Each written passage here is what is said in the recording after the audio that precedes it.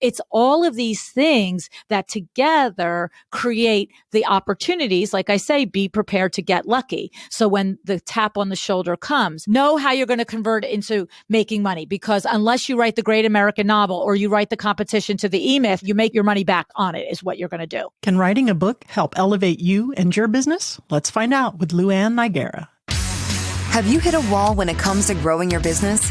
Then welcome to Wingnut Social, helping home professionals, industry influencers, and creatives accelerate their business through an improved social media presence by translating digital influence into physical success. Whether your focus is interior design, travel and tourism, or hospitality, this is your social media tightly fastened.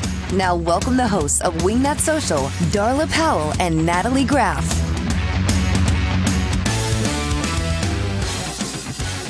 Hey there, welcome to the Wingnut Social Podcast. I am your host, the Grand High Poobah of all things Wingnut, Darla Jethro Powell, and I am joined by the soulless ginger, the nag, Natalie Power Washing Graff. Natalie, how the hell are you? Oh, I've been power washing. I love my name. All day. Isn't it so satisfying? It is very satisfying when you see all that grime come off and then you just slowly go back and forth. It was way overdue. Oh my God. I'm an old lady and menopausal. My bones are brittle.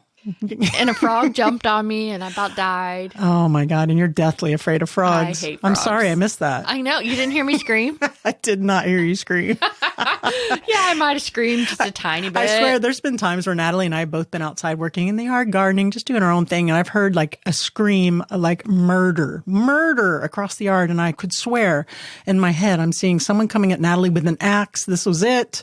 She was dead. And I go over and I find her and she's perfectly fine. And what happened? A lizard ran across my foot. You know, I was tormented as a child with snakes. I'm tormented as an adult, but that's another story. They used to hold me down and try to put a snake on me. Are you serious? They did. That's awful. And when I was 2 years old, I was told that this is probably why I'm so afraid of them, is my uncles let me hold this snake and I held it and then I squeezed it and it bit me. And yeah, and then I was held down as a very young child and they would try to put the snake on me because they knew that I was completely petrified. That's awful. I ended up, kicking their ass because I was always bigger than them, but it took a couple of them to get me down. But yeah, so reptiles and I don't care for them. You know, that makes a whole hell of a lot of sense now. It does, right? I'll try not to make as much fun of you. Okay. Well, I would never do that to you. And I never have. No, I take care of the roaches and you take care of the reptiles. And the possums and the raccoons and... Yeah, I don't like any of that. I just... Natalie and Giraffe. Yes, Jethro. The whole reason I got into the interior design business and even podcasting, really, if you go to think about it, is because of our guest today, the GOAT, the greatest of all time. And I've told her this many times that I'm not sure if I should thank her or hug her or, tell her to go away. I'm not really sure. So yes, I still will never forget the time that you were like, oh my God, LuAnn reached out to me and I'm going to be on her podcast and I'm blah, blah, blah. And you were so nervous. Now she's just a friend. Now it's just, that's just LuAnn. Well, LuAnn has an amazing podcast. I'm sure you guys have all heard it. It's called A Well-Designed Business. And it's about business and behind the scenes and business experts for the interior design industry. And it's award-winning, renowned, 1 billion downloads a month. She is seriously the number one interior design podcaster in that genre and my muse, really. She's what gave me the education, the strength, the courage to get started with my interior design business. And I'll forever be grateful. And guess what? I believe you wrote a chapter in her new book. I wrote a chapter in her new book, The Power Talk Friday Experts Volume 2. Did you ever think that 3 years ago when we started this journey that you would have written a chapter in LuAnn's book when you pretty much idolized LuAnn? Yeah. Yeah? Yeah, kind of. Not that specific, but I had visions, right? I have visions of where I wanted to go and what I wanted to do. And that's another episode altogether, but I think that that's important to have that mindset. Well, congratulations. Thank you. Thank you so much. So I really enjoyed writing that chapter. And of course, it's all about social media marketing and how it can help you and your bottom line as an interior designer. But for those of you, for that one out there in the audience who's unaware of who the hell LuAnn Nigara is, let me tell you all about her. LuAnn Nigara is the host of a well-designed business podcast and the co-owner of WindowWorks, a window treatment and awning retailer located in New Jersey. LuAnn has authored 2 books so far. This third one's coming out. The Making of a Well-Designed Business and A Well-Designed Business, The Power Talk Friday Experts, Volume 1. LuAnn is now in the process of launching her 3rd book, A Well-Designed Business, The Power Talk Friday Experts, Volume 2. Her podcast has been named in Architectural Digest as a favorite by interior designers. With over 30 years of business experience, LuAnn is a sought-after keynote speaker who is passionate about helping designers be better business owners and leaders. Wingnuts, help me in welcoming LuAnn Nigara to the Wingnut Social podcast. Hey there, LuAnn Nigara. Welcome to the Wingnut Social podcast again. How the hell are you? I'm just laughing and smiling, thinking about that I'm back here with you two crazy wingnuts. So yes, I'm great and I'm delighted to be here. We're delighted to have you, the GOAT of all time for interior design-based business podcasts, my muse and the person that got me started in this whole design crap.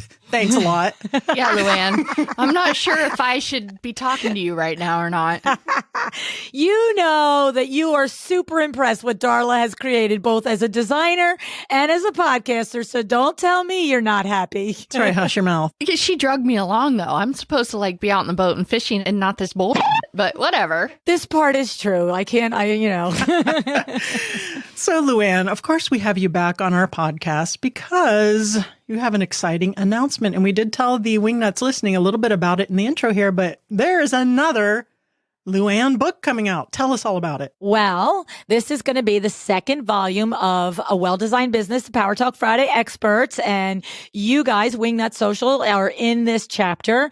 And, this is just the amazingness of the podcast of having all of these Power Talk Friday people coming on and teaching us their wisdom and their tips and their strategies. And, different people consume things different ways. And of course, it's also fun to listen to the podcast of the particular co-author and then to really give you as that expert in the field, Darla and Nat, to really just think about your thoughts and what do you want to put, because you take a little more care when it's going to be in writing and it's going to be in a book. And so it's just an extra layer of value for all of our designer colleagues out there to really up their game in their interior design business. LuAnn, I have to ask you, since I have a chapter in the book, does that make me a published author now? Yes, it does. As of November 12th, it will. I'm going to break out the champagne. So, LuAnn, having you on the show this time, it's going to serve a couple purposes, right? It's going to let the Wingnuts listening know about this amazing book that's coming out. The first one and the second one were terrific, but I also have a little bit of a selfish motivation here. And then I've had it in the back of my brain to write a book as well. When I get a little bit more experience and some stories under my belt. So we wanted to dive in today and dig in and see what in the hell you were thinking. What made you first start to think about writing a book? And we're going to go into how that's helped you as a speaker, how that's helped affect your bottom line. And if anyone out there is on the fence thinking, maybe, I have a lot to say, I have a lot to add, I wonder if I should write a book. So are you ready to dive in? Sure. Let's just go back to the first book really quick and tell me what you were thinking around that first epic tome. You've probably heard me tell the story before, how when I started the idea to do the podcast in the summer of 2015, that by October of 2015, I had to sit the VIN man down with my business proposal, right? And I had said to him, look, I've been talking about this. I've been planning. I've been getting up at 5:30, 6 o'clock every morning and working on it for 2 or 3 hours before I go to Window Works every day. And I'm ready. I have the plan on what this podcast will be, what I think it will do, and how I'm going to make it a business. And so there were many, many ways that I had considered and intended that I would monetize the podcast, because we both know that you do the podcast actually for free. That's the gift to the world and to the person listening, right? But it costs a lot of money to produce a podcast. The back end is a lot of money. So the thing is, I have often said there was these 26 ways, because I had to put out all the expenses that I think it would take to put the podcast out. And then I had to show him all the ways that I thought that it could earn money. And I always had books on there. There was always books. I had the vision for 3 particular books. The first was the book that I wrote. Right. The second was the Power Talk Friday book, except that what's funny is I expected to write that book myself. And so I come out of the gate, and after 5 or 6 months, I'm like, LuAnn, get started writing on the book. And I really started it that first summer. And so I get that book out and I put that in the world. And now I said, okay, now, you got to write this book, the Power Talk Friday book. Okay. So I start to write it, Darla, and I started to think about all the outstanding guests that had been on the show in that past, probably at that point, the show was on about 13 months, 12 months, something like that. And I start to think, oh, well, who's less lessons do I really want to highlight? What would be the through line on the book? And I said, that's too big of a thought. Just take somebody that really impressed you, that taught you a huge lesson. After all the years in business, I'm still learning lessons every day, and just start to write a chapter. And then when it's together, you'll figure out the order.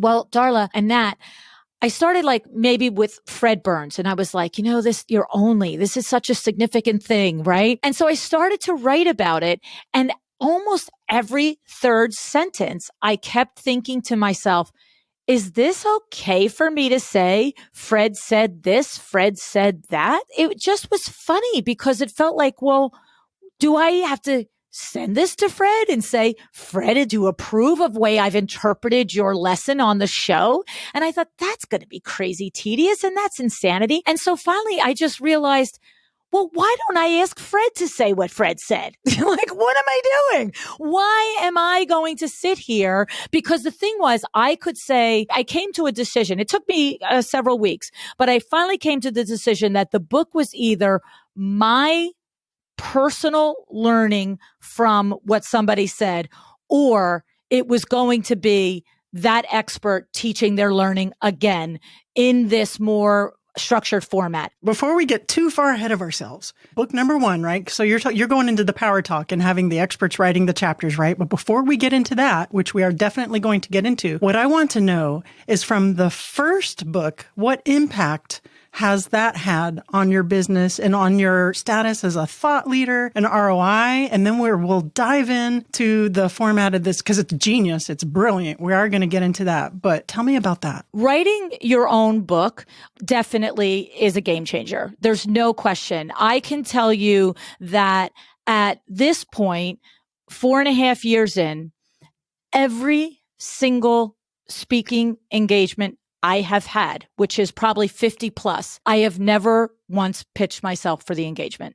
It literally opened the door. All of a sudden, here's ASID National, here's this, here's that, here's, okay, do this, do that. From places and areas and parts of the industry that I had not known somebody. And nobody said, hey, you wrote a book, so I want you to speak. But to your point though, I think that it does say, oh, there's something else happening here. And of course, look, if you're Darla Powell Interiors and you're an interior designer and you're doing major luxury design or you're really successful, that's your other level of credibility. But for me, I'm a window treatment person doing a podcast. And the thing is, my niche, my credibility is business. So I'm not saying, hey, I'm schooled, I'm educated, I'm talented on design. I'm saying I'm coming to you interior design world, as a business expert. And so having that book was like, oh, maybe she actually is a business expert. Oh, she actually has run a business for 30 plus years. And here's her lessons that she's learned from it. And I can take this book and I can follow these lessons. And so I do think it opened a lot of doors. And it opened the door that I didn't have to go and knock on. Okay, so how do you think that the book elevated? That's the word. I knew it started with an E, because the podcast, super runaway hit in the interior design space, terrifically cementing you as a thought leader in the space. And you would think, or most people would think, man, that's got to be enough on its own. So what do you think it is about the book that separated that and took it up and elevated your speaking gig status and elevated you as a thought leader to that next level? I just think that there's this crazy idea out there that it's harder to write a book than it is to make a podcast. Well, I haven't written a book, so I think that could be true. Yeah, but let's break that down into the Amish style here. What's the process like? The Amish style. Hey, I like it. For any new listeners, Natalie's legit Amish. Hey, okay, go, Nat. So, what's the process like? Did you just, hey, let's start writing on a piece of paper, or what? I mean, just, break Did you take a chisel to a rock? Yeah, the caveman. Right. Well, for me, I don't know what anybody else's process is. I will tell you the process that works for me is that for me at heart, I'm a storyteller. So whether I am in person with you or I'm on stage or I am on the podcast or I am in the written word, I'm going to tell you a story. I'm going to make an analogy to something. I'm like, me with my sports analogies and my restaurant analogies, or that happened to me and this is what happened. So that's the core of how I communicate information is tell you what I want you to know. And then I give you a little story that expresses that idea, that lesson, that concept, that thing. And so when I went to do the book, I actually went backwards because I knew I wanted the book to be full of stories, because a story to me is what keeps you turning the page, right? And I also knew that the world didn't necessarily need another legitimate, serious, E-Myth book. Okay. And I'm not the girl to produce that. It's not my MO. I am a big picture thinker, and I was not going to sit there and really say, oh, let me have a chapter on marketing, and I should have statistics, and I should do this, and I should say, well, 42% of the, it's not my gig. I'm not that girl. I'm a big picture thinker. I want you to know how marketing mattered to my business. What did I do? And what was the result of it? You want to know how to actually do the statistics and the numbers and how much money you should invest? Go get one of those serious books. So my book is a combination of like just letting you know, if you have the glimmer of wanting to be an entrepreneur in you, this is the legitimate journey of an entrepreneur and you can do it. And so how I started, Darla, in that was, instead of saying, well, what do I want you to know about being in business and what are the tenets? I went backwards and I literally made a list of like 2 pages worth of what I thought were funny stories from my lifetime, maybe poignant stories from my lifetime, maybe hard lessons of my lifetime, just any story that I thought was a good story. And because I am a storyteller, whether I'm with my family, I'm on stage, whatever it is, I was like, what stories do I tell that land? And so then I made a list of all those stories. And then I said, can I put a business lesson around that story? Like, this is really like behind the curtain, because I literally went the other way. And so when I thought about my president's story that I tell a lot, I was like, what did I really learn from that? What happened? What was the result? And so then I was like, boom, this is, you have to know your mission, vision, value. And then what happened was I would connect it back to the actual process of having been part of building a business for 3+ decades. And then when I was done, what I did is, again, and I didn't require myself to know where the book would go. I literally just fully wrote the story, wound up into the business lesson in whatever it was. And then I had 12 chapters. And then I looked at them and I said, what's a through line here? Where's the beginning? Where's the middle? And then I think 3 of the chapters, maybe I had 14 chapters, and 4 of the chapters, I'm like, these don't fit. Because when I got done, I realized that the bulk of the book really spoke to a brand new entrepreneur, or in my mind, an entrepreneur who had been running a business for 5, 10, or 15 years and was doing what I always say is money laundering. You're making money. It's going in, it's going out, and you never have any left over. Because I know when you do a business that many years and you're quote unquote think you're running a business, if you're not keeping money back and you're not improving your life and you're not making profit, then you're missing a step. And so when I looked at all the chapters I had written, there were 3 or 4 chapters that were like next level lesson. But there was that core 10 chapters that were really that basic. If you don't get these right, it's like, skipping a step. So I had to put those aside, and they live in my computer, and one day maybe I'll use them. Right. So that's how I wrote the first book. You said it was a game changer. The book was a game changer. It's getting you tons of speaking gigs. You're super uber popular, famous, and all that stuff.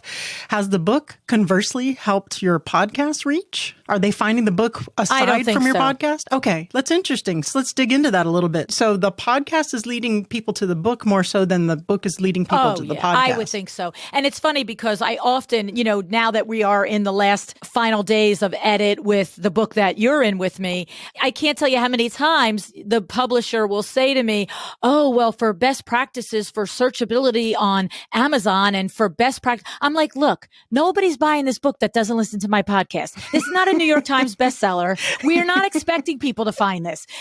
And the thing is, they would be like, oh, I don't think you should just refer to the industry in your book. You have to describe it. Or you know how I say the thing is, and they're like, this is not proper English. I'm like, I'm talking to my listeners. I am not talking. If somebody picks this book up somehow, some way that's never heard of the podcast and they don't get it, I don't care. That's fine. We had the same thing when they were reaching back to us with edits. I'm like, yeah, no, this is how I talk. That's right. That's right. This is like the Mandalorian. This is the way. This is the Wingnut way. That's right. That's exactly right.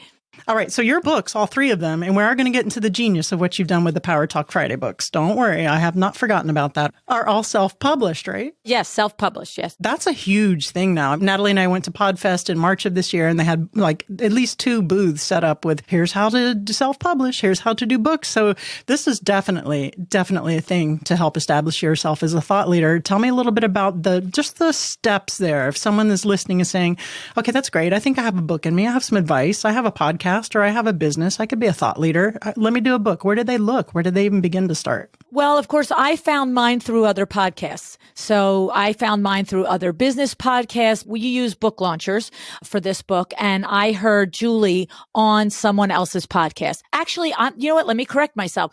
Julie heard about my podcast, I want to say through Interview Connections.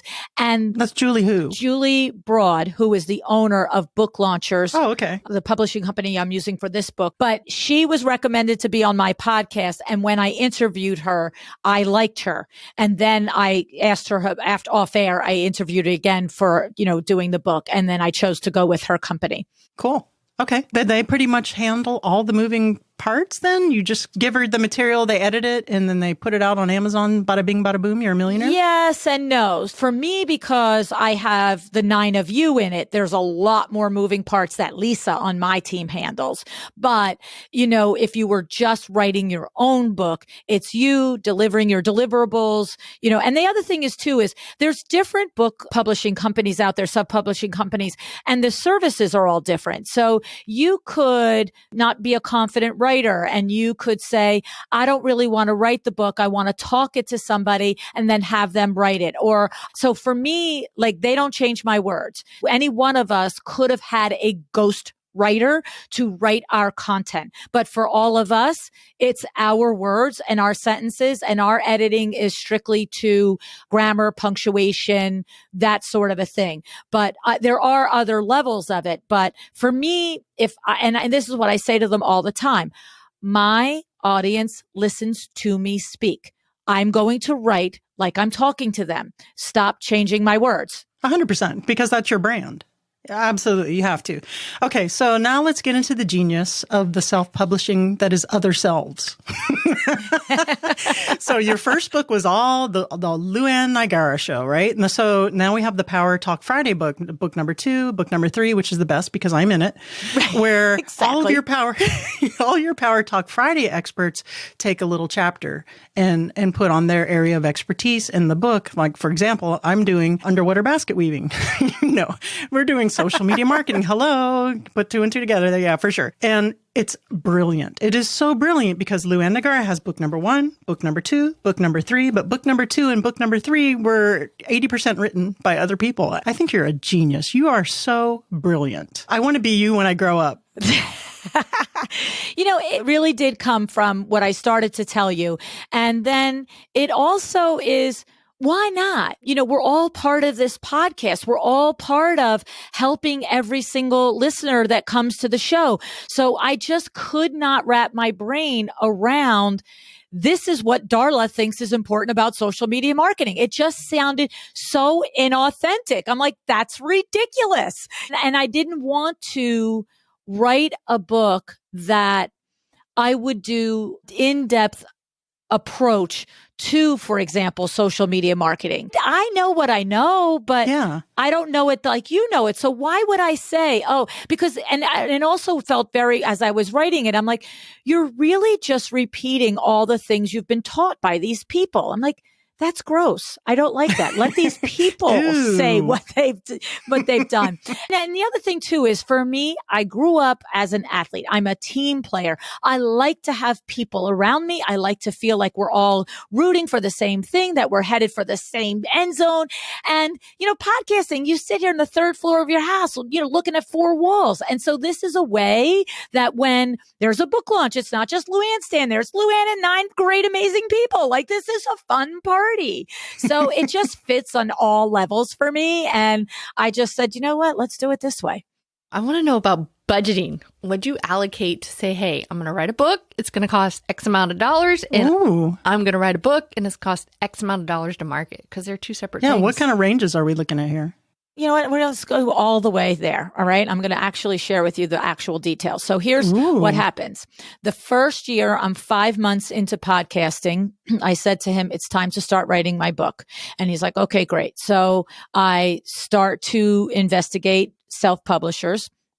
And I have the conversation with the first one, don't like them, have a conversation with another one, and I'm good. I'm like, okay, I like these people. They seem all right. And the price for self-publishing a book at that time, 4 years ago, was $24K. And I thought, that's a heck of a lot of money for me doing all the work. You know what I'm saying? But then I made some phone calls and figured out that really it wasn't out of line. And so then in true LuAnn fashion, I said, well, I already know that I want to do a second book. And at that point, I did think I would write the Power Talk Friday books myself. Like I said, it was on my list from 2015. And I said, so let's cut a deal for 2 books at once. And so that's what we did. So I negotiated a much better price. True LuAnn fashion. Boy, look at you. I'm talking seriously. You are my hero. So, Nat, are you setting aside $24,000 right now for my book? No, you're in LuAnn's. I'm not worried about it. It costs a lot less. How have you found that the pandemic has affected the marketing and the release and the announcement of it all? I know LuAnn Live has been affected by that. It's coming around next year. How have you had to pivot there? That's 100%, because it just kept saying, well, can we get together in real life? Can we not? Like, when can we decide that we will, we won't? And finally, a month and a half ago, we're like, okay, just call it. We can't get together in real life. It's not happening. And so then, of course, waiting until that point to call it now has created this massive rush to get it done and get it done right, with all being virtual, you know. But if it weren't a big crazy pot, it wouldn't be my world. So whatever, right? That is true. I can attest to that. How are you marketing the book now? What's the most effective way for you? Well, right now, this is another part of the fun process of doing the co-authored book, is because you've got 9 other people that they have a vested interest in putting the information out about the book, right? So Amanda Berlin, who is also one of the co-authors in the book, and her— I just did her podcast. Did you? Yes. Great. Yeah. She's great. She's a really good interviewer. Really good. Is she? Yeah. So, you know, and of course her superpower is PR and visibility and all of that. So she's spearheading our internal PR thing for the book. And of course, she's organizing all of the co-authors, being on each other's podcasts and doing Instagram lives and doing Facebook lives with everybody and stuff. And then we have a lot planned for the 2 weeks preceding the book launch, which is the big event. And that will be in November. And it's, you know, the whole Instagram lead up. And it's also reaching out to collaborators that I have in the industry, My Doma Studio, IDS, WCAA, IWCE. You build relationships. And now, you're a beast. Well, you know what it is? You know, you build the relationships, you do a lot of giving along the way. And when it's turned for, I could use a little help over here, then people are happy to come and help, right? Networking for the win, and collaborating. Amanda and I were talking on her podcast about collaborating and the power of collaborating, and it just increases your reach exponentially. That's why I think you're brilliant, getting all the different authors and the different books, and they're all putting it out to their followers, their readers, their listeners. I'm not worthy. You're just you're a nut. You're just absolutely genius. LuAnn, is there anything that I've forgotten to ask you that you think the listeners need to hear regarding self-publishing their own book in order to elevate them in their business as being a thought leader, et cetera?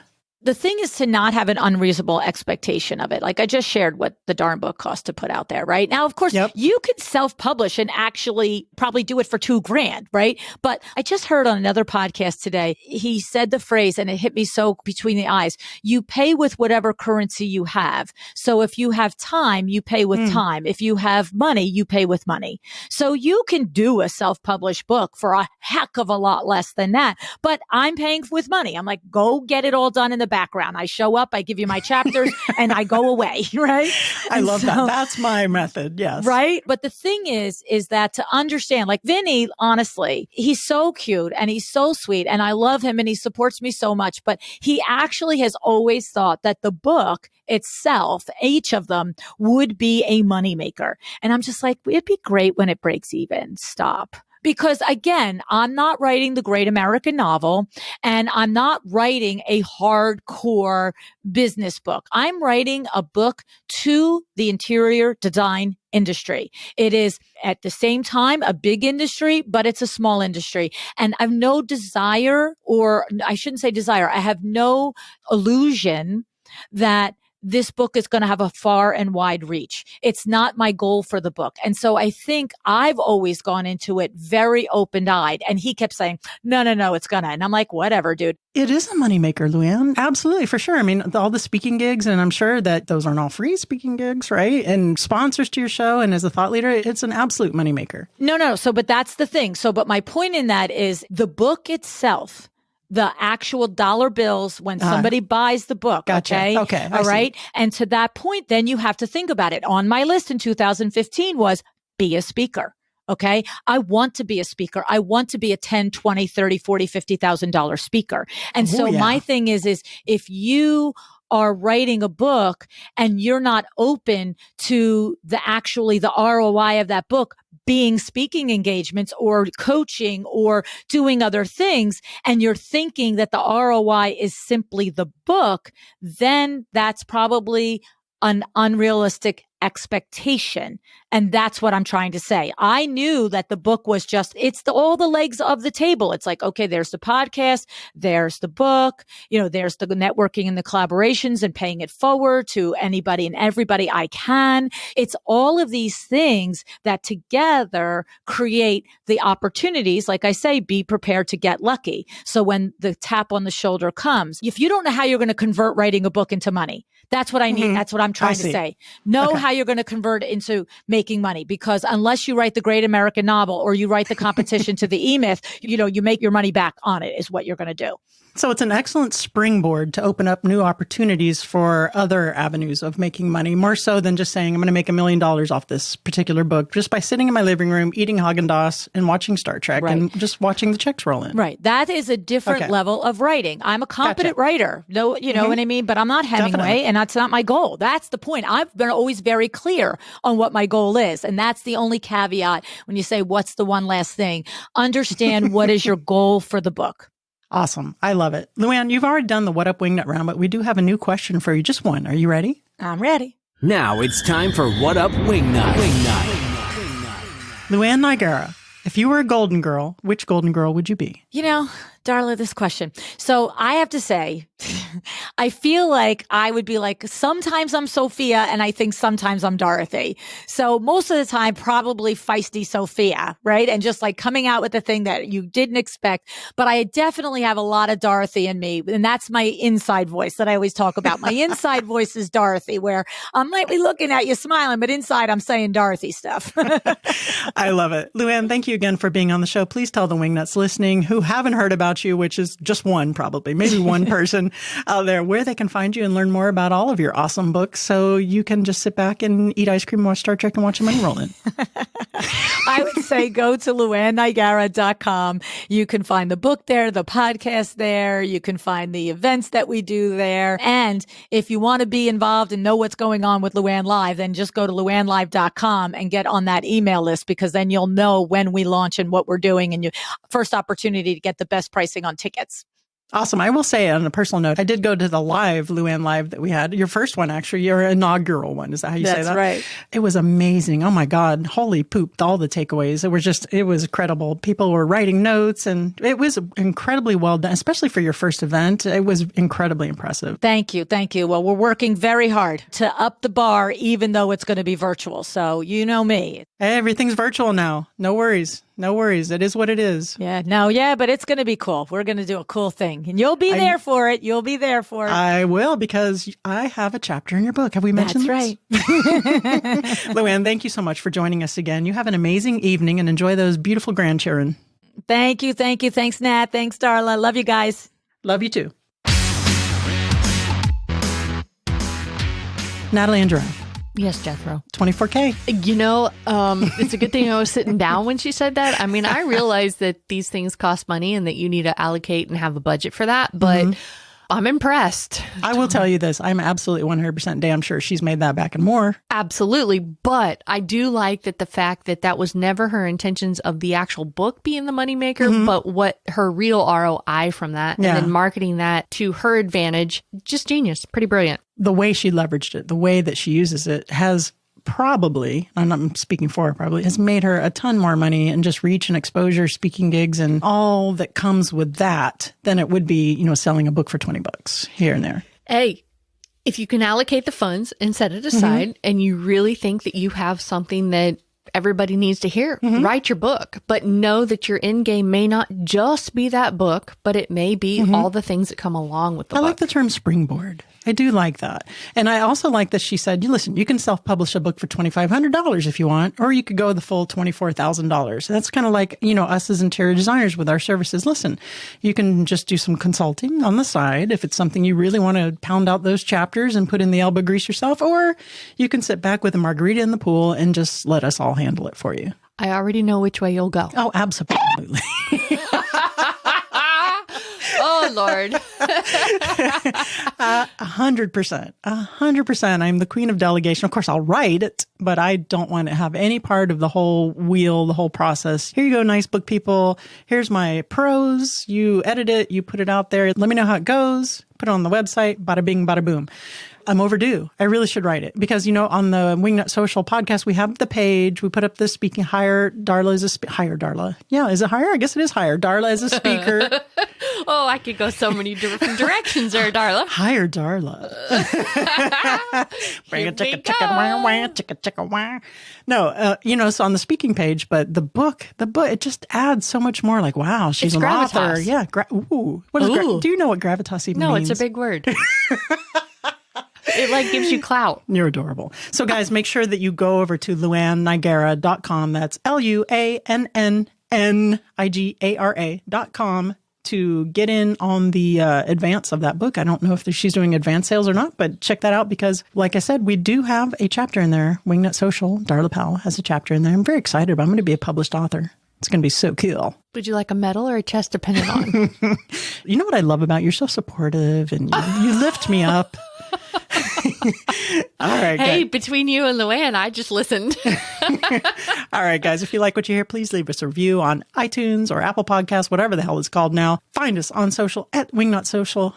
Did I say Wingnut? At Wingnut Social. Darla, Wingnut. On every existing social media channel in the universe. And if you need help with social media marketing for your high aesthetic brand, your luxury brand, give us a call at 1-877-WINGNUT. And I think that's it for this week, Nat. You got anything else? Nope. So long. See ya. You've reached the end of this episode of Wingnut Social, but that's only the first step into accelerating your business the Wingnut way. Head over to wingnutsocial.com or call us at 1-877-WINGNUT to see how we can help you take your business from social mediocre to social media master. We'll see you on the next episode of Wingnut Social, your social media tightly fastened.